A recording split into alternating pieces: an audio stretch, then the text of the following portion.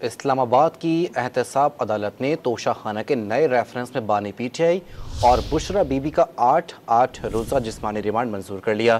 NAB کی جانب سے 14 روزہ جسمانی ریمانڈ کی استدعا کی گئی تھی۔ توشہ خانہ کے نئے ریفرنس میں جسمانی ریمانڈ کے بعد بانی P T I Bushra be be سے نیب افسران نے جیل میں تفتیش کا آغاز کر دیا۔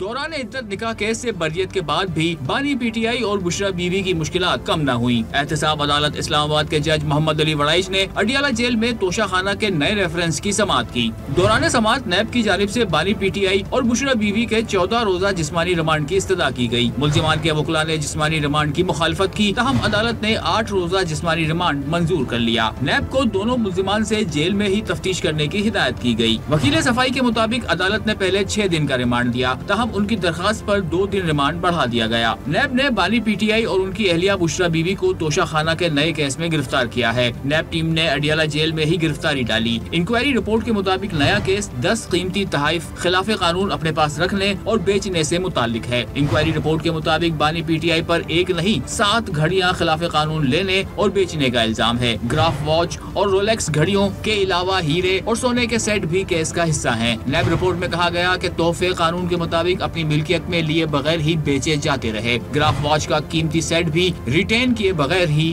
بیچ دیا گیا۔ ہر تحفے کو پہلے رپورٹ کرنا اور توشہ خانہ میں جمع کرانا لازم ہے۔ صرف 30,000 روپے تک کی مالیت کے تحائف مفت اپنے پاس رکھے جا سکتے ہیں۔ نیب رپورٹ میں کہا گیا کہ پرائیویٹ تخمینہ ساز کی ملی بھگت سے گراف واچ کے خریدار کو فائدہ پہنچایا گیا۔